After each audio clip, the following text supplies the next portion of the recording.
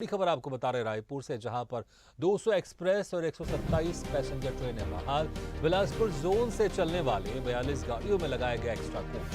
Festive season में railway का बड़ा फैसला, पटरी पर वापस लौटी 327 ट्रेनें। अब यात्रियों को सफर करने में नहीं होगी दिक्कतें।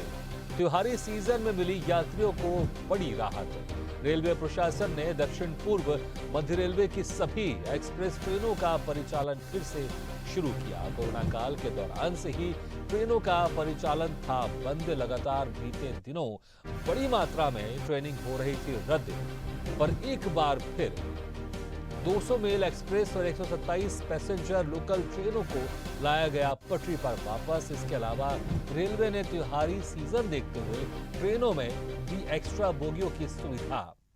40 अप डाउन की ट्रेनों में अस्थायी एक्स्ट्रा बोगियों की सुविधा। ये सुविधा 1 अक्टूबर से लेकर 1 नवंबर तक दी गई है। इस खबर पर ज्यादा जानकारी के लिए बात करते हैं रायपुर से संवाददाता शशिकांत साहू से। शशिकांत, बहुत लंबे समय से मांग चल रही थी कि बहुत सारी ट्रेन ऐसे हैं जिनका स्टॉपेज नहीं था, उनके स्टॉपेज दोबारा शुरू किए जाए, और जो वहां से आवागमन था वो भी बाधित था, रुका हुआ था। लेकिन अब त्योहारी सीजन से पहले एक खुशखबरी दी गई है यात्रियों को। बहुत सारी ट्रेनें जो बहाल नहीं थी उनको बहाल कर दिया गया है। आम पब्लिक से उन्हें निश्चित तौर से एक तोहफा मिला है। जिस तरह से लगातार जो है ट्रेनें जो है बंद चल रही थी, लगातार स्थगित ट्रेनों को किया जा रहा था। जो ट्रेनें नहीं चल रही थी, यात्री काफी परेशान हो रहे थे। उन्हें जो है सफर करने के लिए ज्यादा खर्च करना पड़ रहा था। रोड के माध्यम से वे अपनी जो सफर है तय कर रहे थे, तो निश्चित तौर से काफी परेशानियों का सामना लोगों को करना पड़ रहा था। और स्टेशन में भी काफी लंबी भीड़ देखने को मिल रही थी। ट्रेनों में भी कचाकच जो है जो कोच है भरे हुए थे। वहाँ जो है सीट जो है किसी भी यात्री को नहीं मिल पा रहे थे। तो अब निश्चित तौर से जो ट्रेनें बहाल की गई है, दिवाली भी सामने है, ऐसे में यात्रियों को बहाल जो ट्रेन है उसे बहाल करने से निश्चित तौर से इसका फायदा आम लोगों को मिलेगी। जी बिल्कुल, लेकिन जो इसकी समय अवधि है बहुत ही सीमित है, अभी रखी गई है। कब तक ये, क्योंकि ये सिर्फ 1 अक्टूबर से लेकर 1 नवंबर तक ये सुविधा रहेगी कि ये ट्रेनें बहाल की गई हैं।